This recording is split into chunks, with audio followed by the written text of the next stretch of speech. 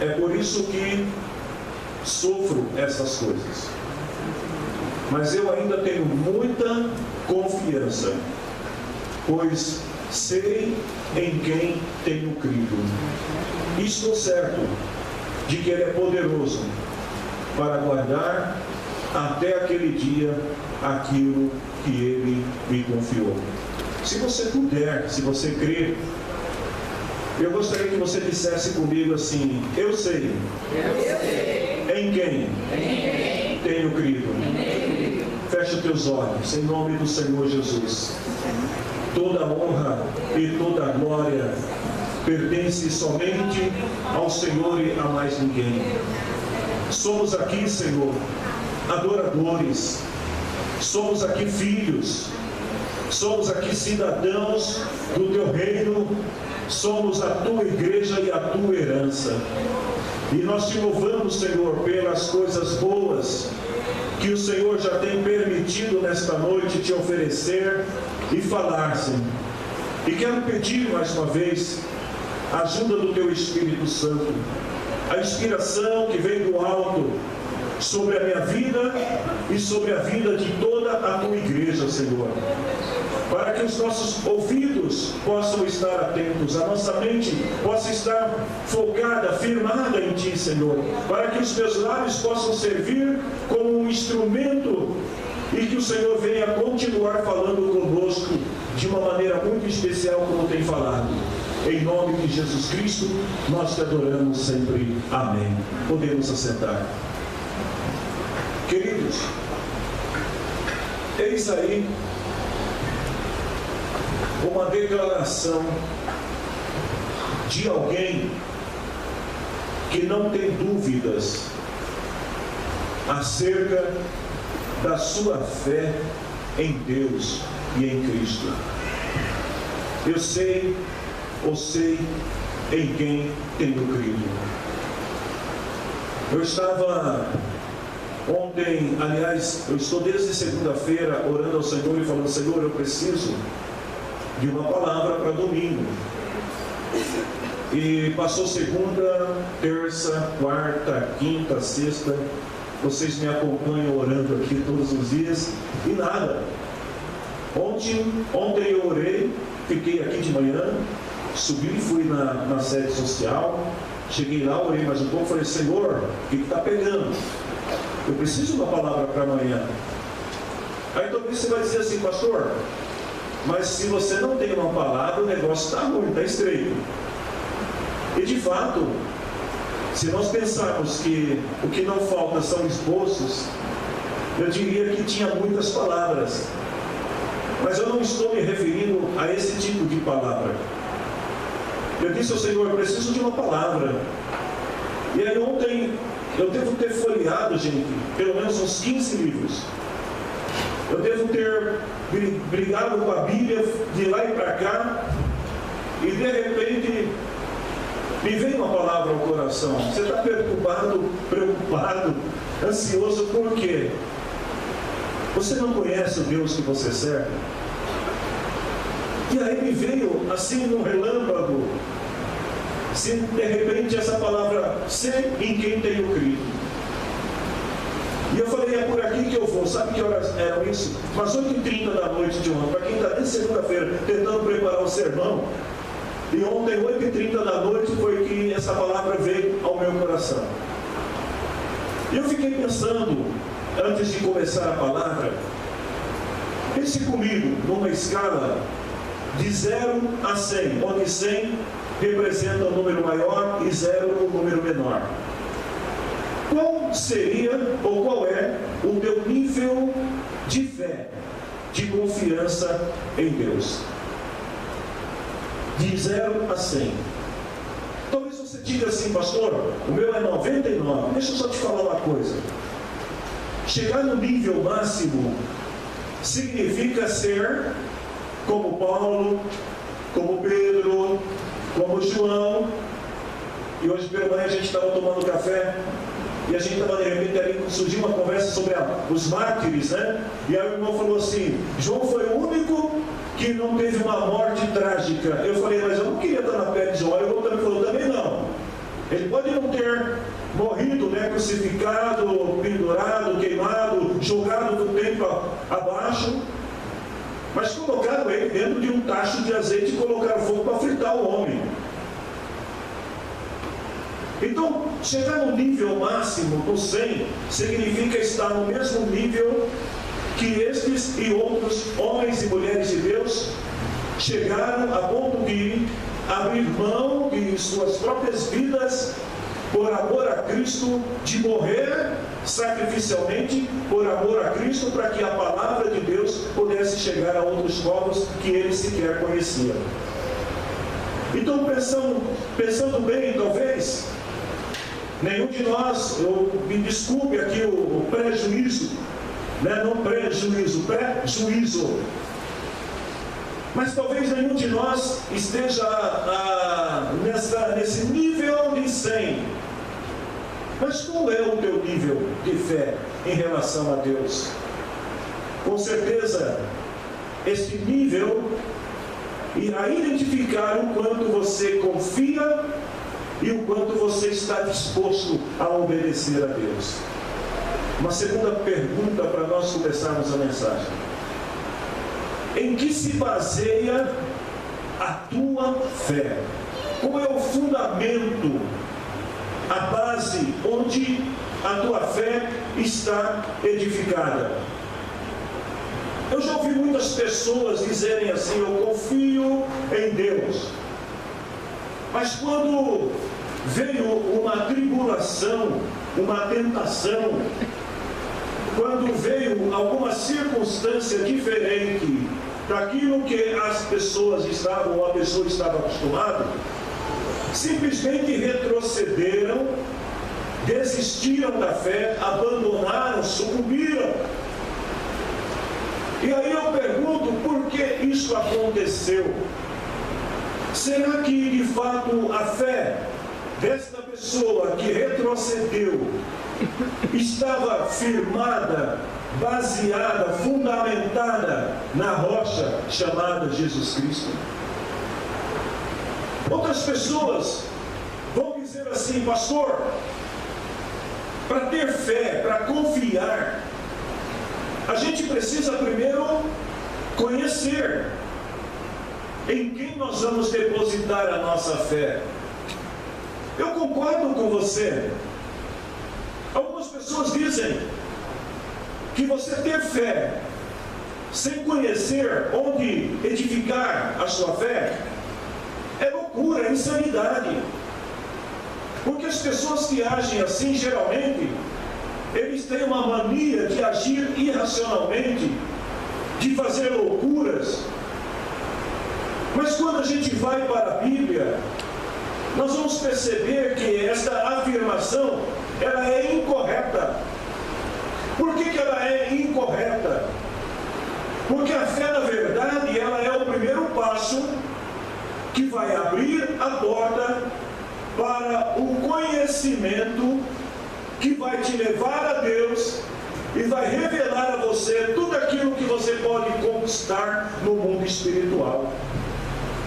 Ou seja, a fé, que muitos chamam de loucura, de insanidade, na verdade é o que vai nos possibilitar aceitar ou não aquilo que nós não vimos, aquilo que nós não sabemos, que não sentimos, como em Romanos capítulo 10, versículo 17, que Paulo fala assim que a fé deve ser a base de tudo. Porque quando se tem a fé, o conhecimento automaticamente vem a partir da fé. A fé abre, a fé revela. Paulo diz: a fé vem pelo ouvir. Então, primeiro, o que Paulo está dizendo? Eu tenho fé, mas se essa fé ela não for alimentada, se essa fé ela não for construída a partir do conhecimento que a fé permite alcançar, ela pode enfraquecer. Quem crê em Deus, quem confia no Senhor, consegue compreender essas coisas. de maneira que ninguém mais pode compreender. Lucas, capítulo 18, versículo 8, Jesus disse assim: quando o Filho do Homem vier sobre a terra, será que ele vai achar fé? Porque a questão não é do conhecimento, a questão é da fé. Se não tiver fé, tudo aquilo que Deus pode revelar, tudo aquilo que Deus pode trazer à existência, não vai acontecer. Ou seja, todo o conhecimento que a gente tem acerca de Deus tem que estar baseado na fé. Como assim? Eu coloquei um exemplo aqui bem simples. Talvez você não concorde comigo, mas agora não é hora de discordar, é hora de ouvir. Uma criança, por exemplo, todo mundo aqui já foi criança e foi à escola um dia. Quando você chegou na escola e começou a aprender o abecedário, quem se lembra disso? Aí o professor, ele colocou lá, fez um desenho do quadro e escreveu assim, falou assim: crianças, está vendo isso aqui? Isso aqui é a letra A. O que as crianças fizeram? Simplesmente creram, sem nenhuma contestação, sem nenhuma base, sem nenhum fundamento, sem nenhum conhecimento. Isso aqui é A, beleza, isso é A. E a gente passou a aceitar que aquele risco é o A. Aliás, não existe nenhuma prova no mundo de que o A é A. Vocês sabiam disso? Nem que o B é B. Que 1 mais 1 é 2. Mas por que nós aceitamos isso? Fé. Nós cremos, nós simplesmente passamos a crer que 1 mais 1 é 2, que A é A e pronto, acabou.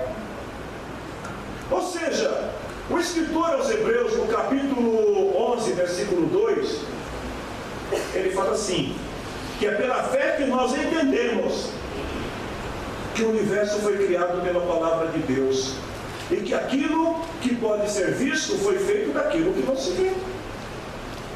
Como é que a gente acredita? Deus falou e as coisas aconteceram. Até hoje, os cientistas estão tentando desacreditar a palavra de Deus, dizendo que não foi bem assim que apontadas. Todas as teorias são incompletas. Todas as teorias são passíveis de discussões, de dúvidas. Aliás, eu estava brincando essa semana com a minha esposa e eu falei assim para ela: sabe, a Terra, dizem que a Terra era redonda, depois ficou plana. Eu falei: então agora a Terra virou rosquinha. Porque existe uma teoria dizendo que a Terra é Donut, chama aquela rosquinha? Então, a Terra agora virou Donut. Porque tem umas pessoas que creem assim, daí. É fé. Ou seja, a fé bíblica, a fé que nós aceitamos, ela diz que lá no início Deus deu uma palavra e as coisas passaram a existir. E nós acreditamos assim. E os outros estão tentando contestar, mas até hoje ninguém conseguiu provar que seja diferente daquilo que Deus falou. Tem 2 exemplos da Bíblia que eu gostaria de compartilhar com vocês. Eu quero que vocês prestem bastante atenção nessa palavra. Aliás, eu acho que essa palavra, ela caberia mais num culto doutrinário, num culto dominical, e talvez por isso até que Deus permitiu a chuva para que você estivesse aqui e pudesse me ouvir com mais atenção. 2 exemplos bíblicos de fé.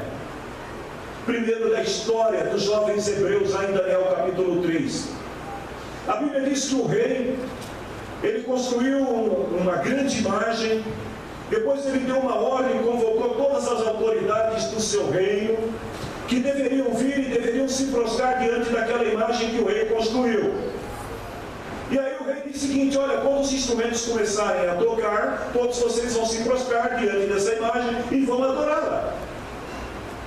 Quando os instrumentos tocaram, 3 jovens hebreus simplesmente não se prostraram, permaneceram em pé na posição que estavam. Alguém os denunciou para o rei, e o rei então ficou muito enfurecido, embravecido, e disse: olha, eu vou dar uma segunda chance para vocês. Nós vamos tocar de novo os instrumentos e vocês vão ter a oportunidade de refazer e vocês vão poder se prostrar. O que aconteceu? Os jovens não se prostraram. O que o rei fez então? O rei ficou mais embravecido ainda.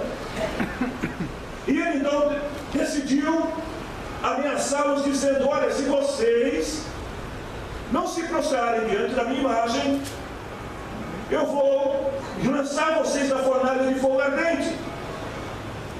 E aí todos nós conhecemos a história. Os jovens disseram: não, nós não vamos prostrar. O rei ficou mais bravo ainda, 7 vezes mais, porque ele mandou aquecer a fornalha 7 vezes mais.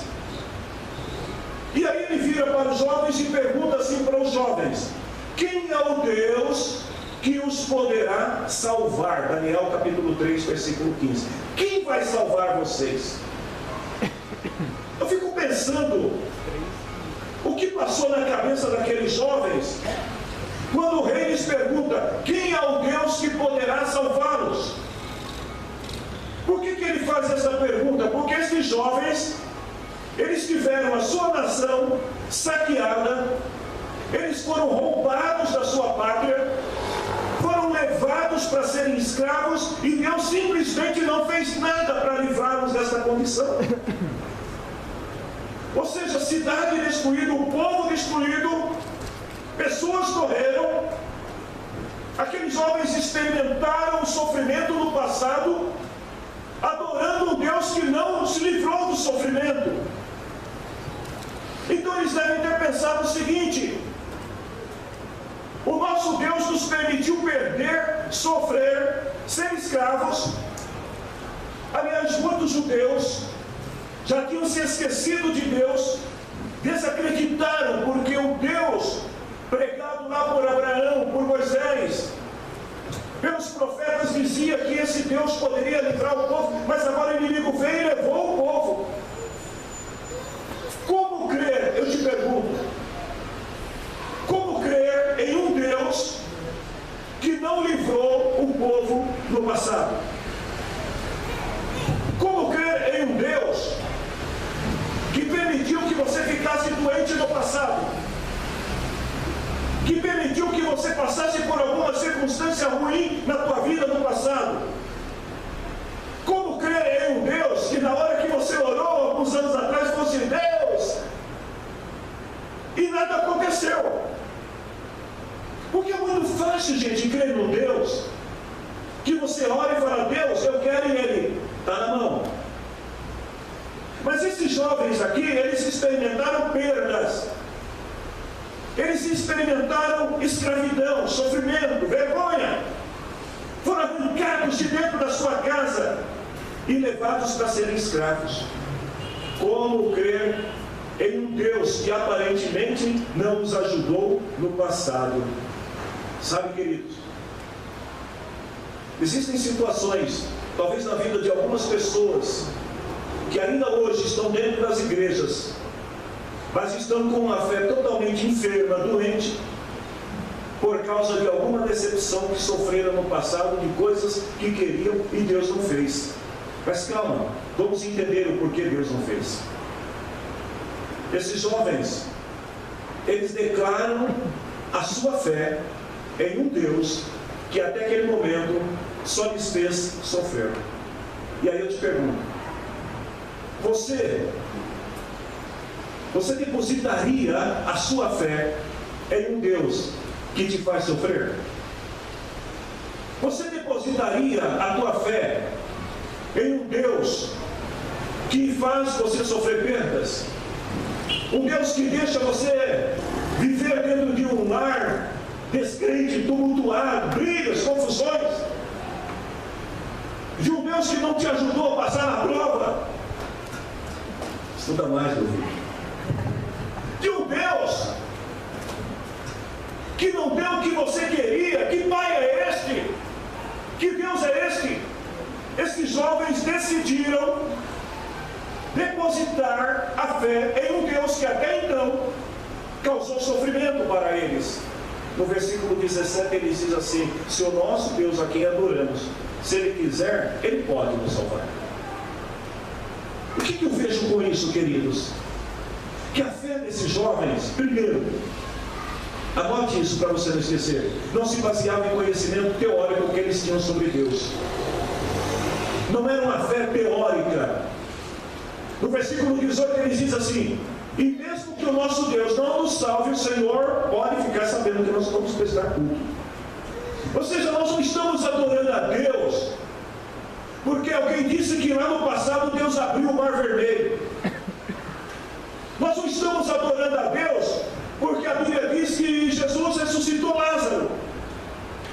Nós não estamos adorando a Deus porque alguém disse, alguém escreveu, alguém falou. Nós simplesmente adoramos a Deus porque Ele é Deus, Ele é Senhor, acima de toda e de qualquer coisa. Não era uma fé teórica. Segundo, a fé deles não estava condicionada às suas necessidades pessoais. Eles simplesmente criam que Deus, independente do que pudesse lhes ocorrer, Deus poderia salvar, como não poderia salvar. E aí entra a palavra que Deus ministrou no meu coração agora e há pouco. Não deu nem tempo de colocar no sermão, eu tive que escrever num pedaço de papel. A fé daqueles jovens, anote isso para você não esquecer também. A fé daqueles jovens não se baseava no que Deus devia fazer, mas no que Deus podia fazer. Eu vou repetir para você entender, porque isso é muito profundo, sabe, irmãos? Eu estava dentro do carro, eu comecei a glorificar a Deus, falei, obrigado, Senhor, estou entendendo o que estava faltando na palavra.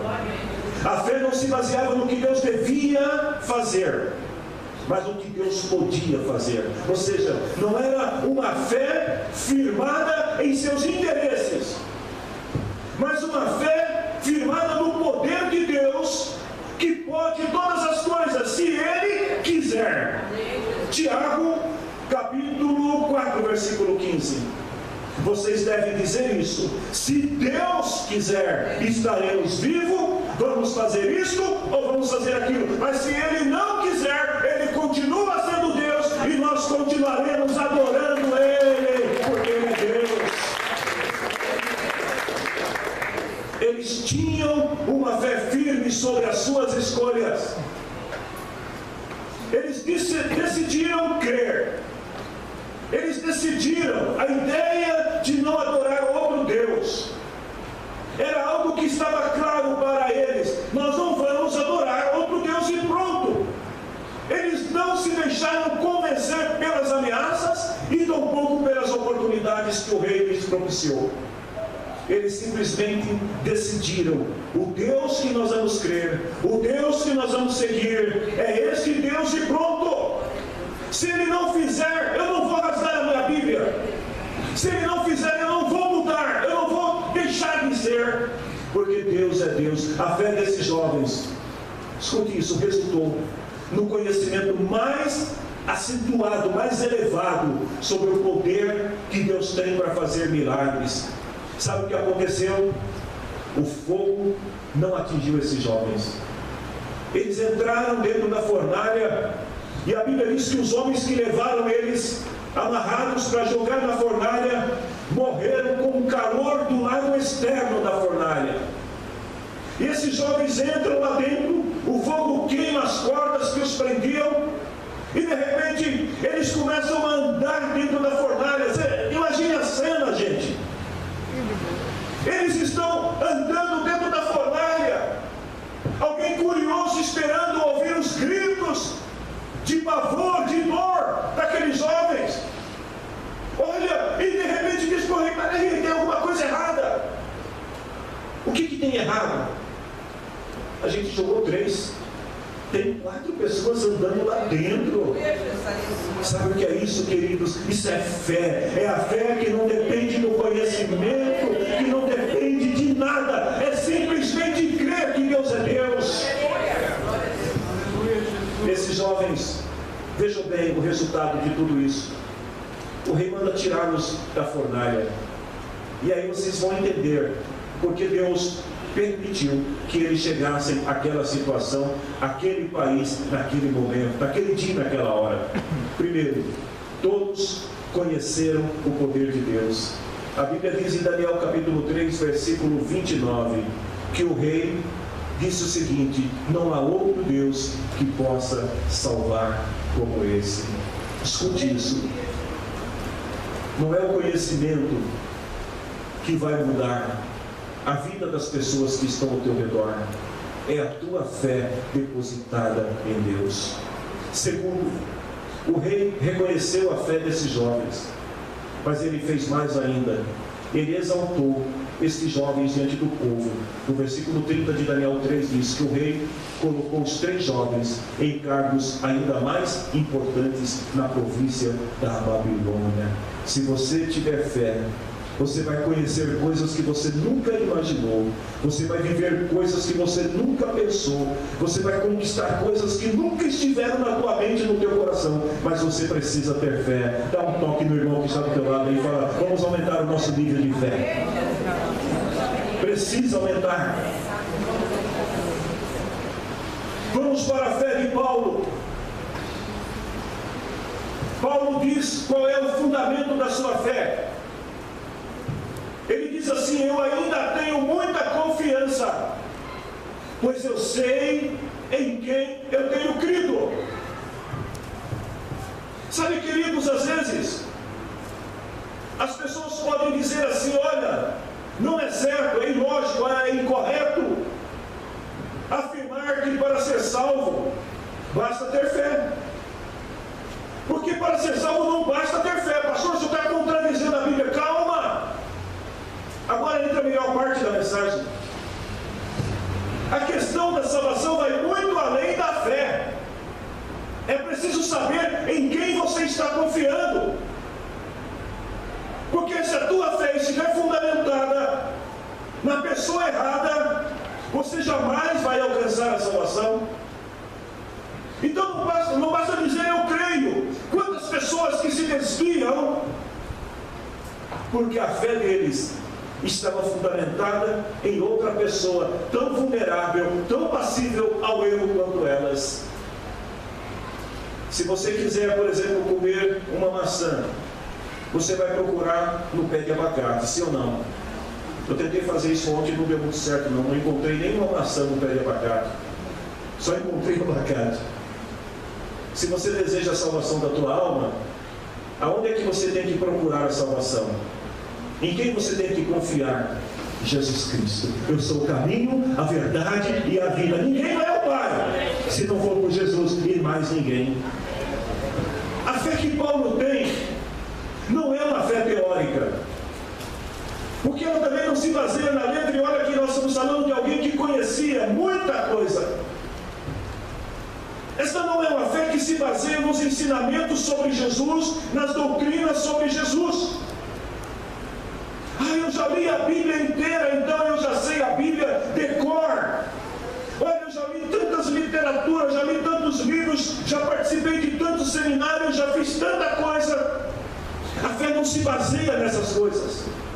A fé tem que se basear no próprio Cristo. Por exemplo, quando a pessoa aceita Jesus como Senhor e como Salvador, mesmo que ela não tenha conhecimento, ela pode ser salva. Ela só precisa crer em Jesus e ela poderá ser salva. Queridos, há muitas coisas que nós não sabemos sobre Jesus. Se alguém se julga conhecedor profundo da vida, da natureza, da história de Jesus, está equivocado. Há muitas coisas que nós não sabemos sobre Jesus. Existem muitas coisas que ainda não foram reveladas para mim nem para você, que nós não sabemos. Mas nem por isso nós deixamos de crer. Nós cremos no Senhor, mesmo que o nosso conhecimento não seja tão elevado. Estava escrevendo essa palavra e me veio um pensamento. Eu gosto de escrever as coisas que às vezes vem à mente para não esquecer depois. Como uma pessoa, por exemplo, que vem à igreja porque quer aceitar a Cristo, mas antes de aceitar a Cristo, ela diz assim: primeiro eu preciso entender esse negócio de arrebatamento. Olha, primeiro eu preciso saber esse negócio que vocês falam aí do milênio. Eu preciso entender melhor o conceito de inferno. Eu preciso entender melhor essa coisa aí que vocês falam de Espírito Santo. Na verdade, a pessoa vem e fala: primeiro eu preciso conhecer. Não são essas coisas que vão salvar a pessoa. Não é saber sobre o inferno, não é saber sobre o arrebatamento, se você vai subir antes ou depois da grande tribulação, que vai te salvar. Mas quem vai salvar é Jesus Cristo. É onde a fé tem que estar firmada. Ou seja, é possível que a pessoa venha a Cristo, mesmo estando cheia de pecados, mesmo que ela não tenha um conhecimento profundo das Escrituras Sagradas, mas é possível que ela venha a Cristo e Cristo vai aceitar a pessoa nessa condição em que ela se encontra, mesmo na ignorância, no erro, do pecado. Jesus Cristo vai aceitar essa pessoa. Agora, qual que é a diferença? É que quando essa pessoa vem a Cristo, ela tem sede de Cristo, ela tem desejo de Cristo, ela quer conhecer a Cristo, então ela começa a andar com Cristo e Cristo começa a se revelar para ela.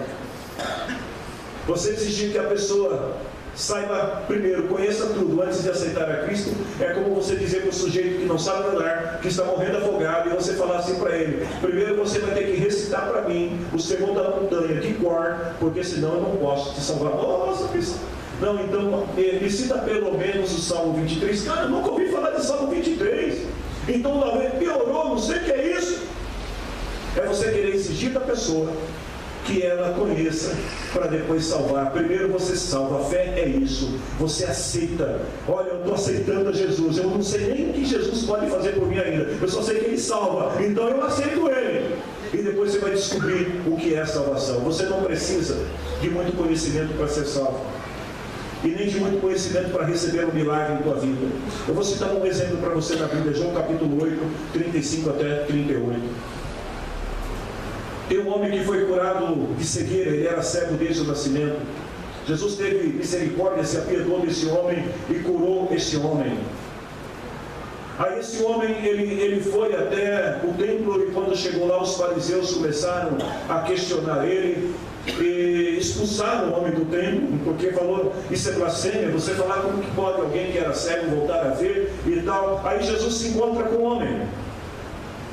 Aí olha só o que diz a palavra aqui em João capítulo 8, 35 a 38. Jesus virou para o homem e falou assim: você crê no Filho do Homem? Olha o que ele respondeu para Jesus. Ele diz assim: Senhor, quem é o Filho do Homem para que eu creia nele? Jesus tinha curado o cara. Jesus tinha feito um milagre na vida dele. Ele nem sabia quem era Jesus. Ele foi para o templo, foi glorificar a Deus sem conhecer. Aí Jesus pegou e falou assim: você já ouviu, sou eu que estou falando com você aqui. Quando Jesus se revelou para ele, Jesus. Às vezes as pessoas vêm a Cristo porque elas precisam de alguma coisa, mas é o fato delas aceitarem, crer, mesmo não conhecendo, que vai levá-las ao conhecimento de Cristo. Talvez você esteja dizendo assim: pastor, você está querendo dizer que o conhecimento é desnecessário? Calma, meu irmão, se você prestar atenção na palavra, você vai entender que não é isso que eu estou dizendo. O conhecimento é necessário. Ter fé é suficiente? Não, ter fé não é o suficiente. Porque, veja, você não precisa ter conhecimento, anote isso também, você não precisa ter conhecimento para crer em Cristo, mas você precisa ter conhecimento para alimentar a sua fé em Cristo. Ou seja, você pode vir a Cristo. Você veio a Cristo porque você estava doente e precisava de cura. Você veio a Cristo porque estava desempregado e precisava de uma porta aberta. Você veio a Cristo porque estava acontecendo uma coisa lá no teu lar e você precisava de uma resposta. Mas é esse crer e vir que vai permitir a você conhecer a Cristo. E aí, a partir do momento que você conhece a Cristo, você se edifica em Cristo e constrói a tua fé que vai te levar à salvação. Ter fé sem conhecimento é como construir sua casa sobre areia. A casinha está lá, ou seja, a fé está lá, mas não tem resistência nenhuma.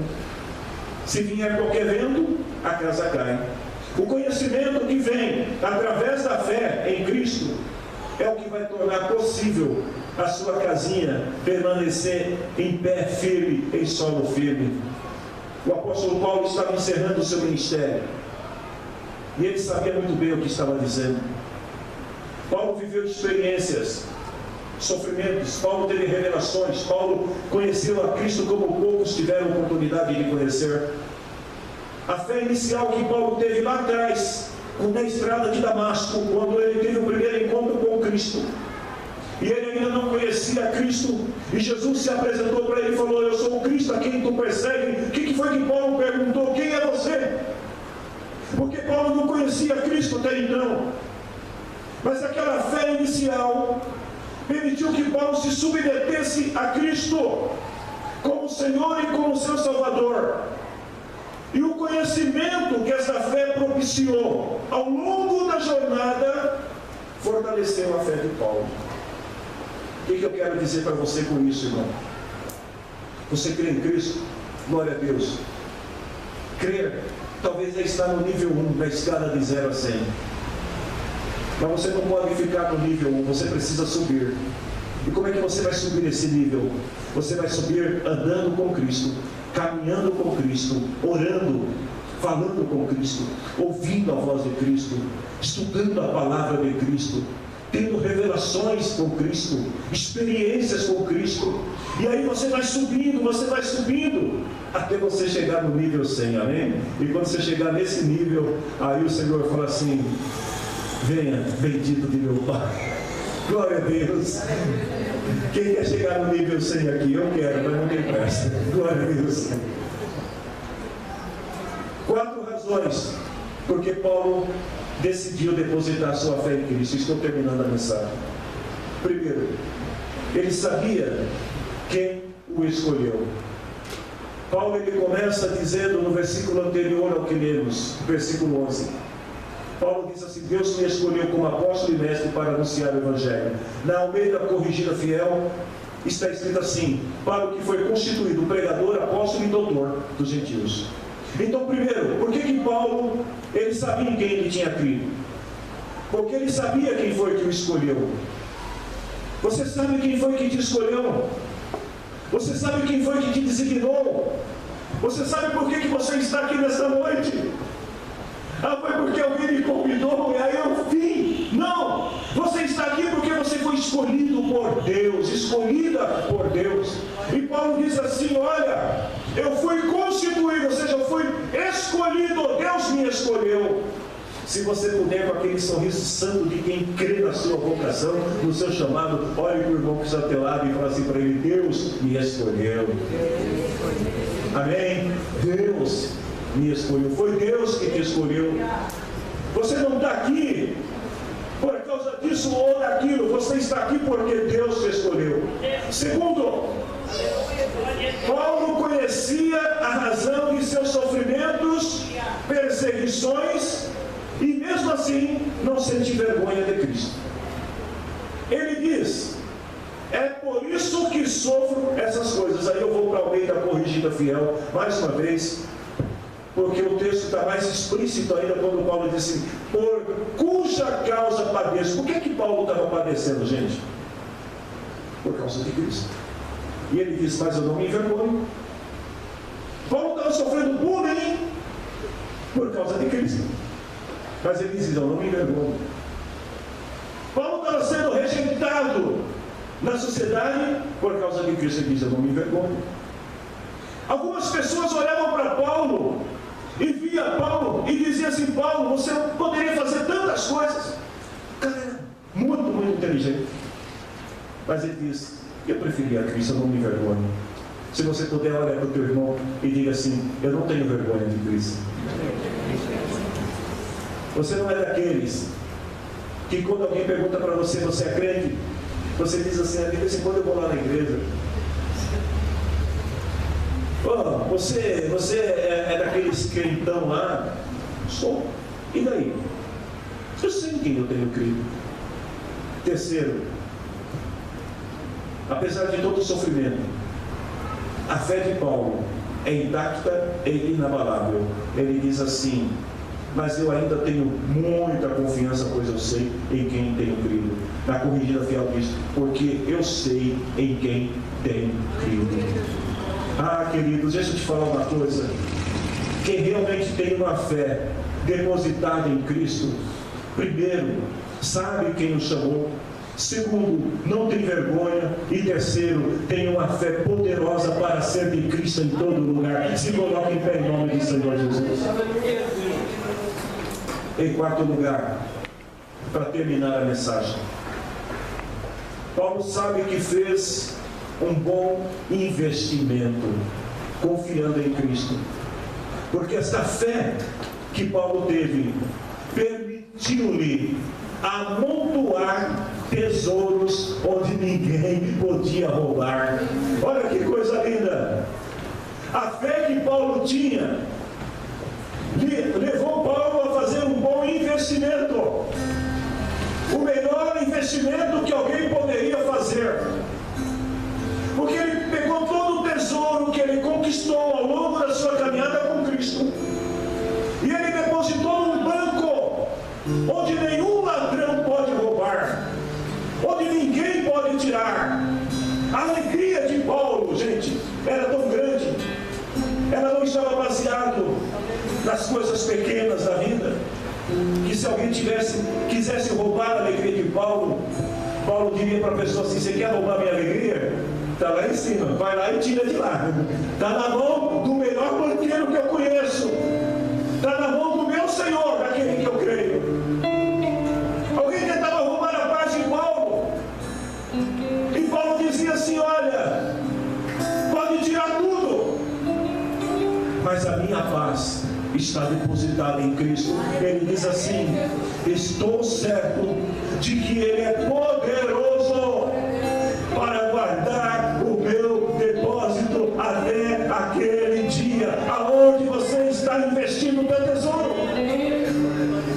Aonde você está investindo os teus valores, os teus bens, a tua história de vida, aquilo que você tem conquistado ao longo da sua vida, na sua jornada de fé? Você está depositando aonde? Paulo disse: eu sei em quem eu tenho crido, eu sei em quem eu confio, porque Ele é poderoso para guardar o meu depósito até aquele dia.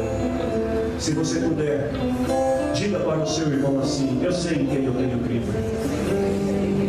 Diga para ele assim: Deus é poderoso para guardar o meu depósito até aquele dia. Oh, aleluia! E quando chegar aquele dia que nós nos comparecermos, nós vamos comparecer diante do tribunal de Cristo. E aí Ele vai começar a tirar da sua conta celestial os tesouros que você depositou. E aí eu te pergunto, tem um hino que diz assim: eu posso, tendo as mãos vazias, com Jesus me apresentar, porque eu nada fiz, os dias vão se passando. Como é que eu vou me apresentar diante do Senhor? Porque naquele dia, quando Ele for ver lá na sua conta, no seu depósito, Ele vai dizer: olha, saldo zero. Qual é o nível da tua fé? De 0 a 100. Ele vai lá e vai dizer assim: olha, lamento, mas você só tem direito à salvação. Se junte aí com os anjos para me adorar, mas tem nada, não tem nenhuma coroa, nenhuma recompensa, nenhum galardão, porque você gastou tudo. Jesus diz assim: não amontoe tesouros onde a traça pode consumir, os ladrões podem roubar, mas amontoe tesouros no céu, porque Ele é poderoso para guardar o seu tesouro até aquele dia. Eu quero terminar essa mensagem voltando ao seu início, e que você possa sair daqui nesta noite pensando nessas duas perguntas que eu te fiz. Essas perguntas são para mim também, na escala de 0 a 100, considerando 100 o mais alto nível. Qual é o teu nível de fé? Qual é o teu nível de fé? Segundo, em que se baseia a tua fé? Pense nisso. Permita que o Espírito Santo ministre ao teu coração, à tua mente. Permita que Deus fale com você e seja também sincero ao falar com Deus. Senhor, o meu nível está muito baixo. Deixa eu te falar uma coisa, eu te convido nesta noite, igreja, para conhecer e prosseguir em conhecer a Cristo. Porque a palavra dele se renova a cada manhã. E o que você aprendeu hoje serve para hoje, mas amanhã Deus tem algo novo para revelar para você. E é esse algo novo que vai permitir que a tua fé continue sendo acrescida, aumentada, até que você possa chegar ao nível máximo que Deus quer que você seja. Feche os teus olhos. E enquanto nós adoramos ao Senhor com esta canção, eu quero te convidar para orar ao Senhor. Em teu coração você não precisa gritar e dizer para todo mundo ouvir: Senhor, a minha fé está pequenininha. Não. Ele ouve as tuas palavras mesmo em silêncio, silêncio da tua alma. Deus ouve as tuas palavras. E o Senhor nesta noite diz: Ele quer aumentar a tua fé. As coisas que podes fazer, eu aprendi a te adorar pelo que é. Ele veio, sim, eu amei, somente dele, mais ninguém. A Deus seja o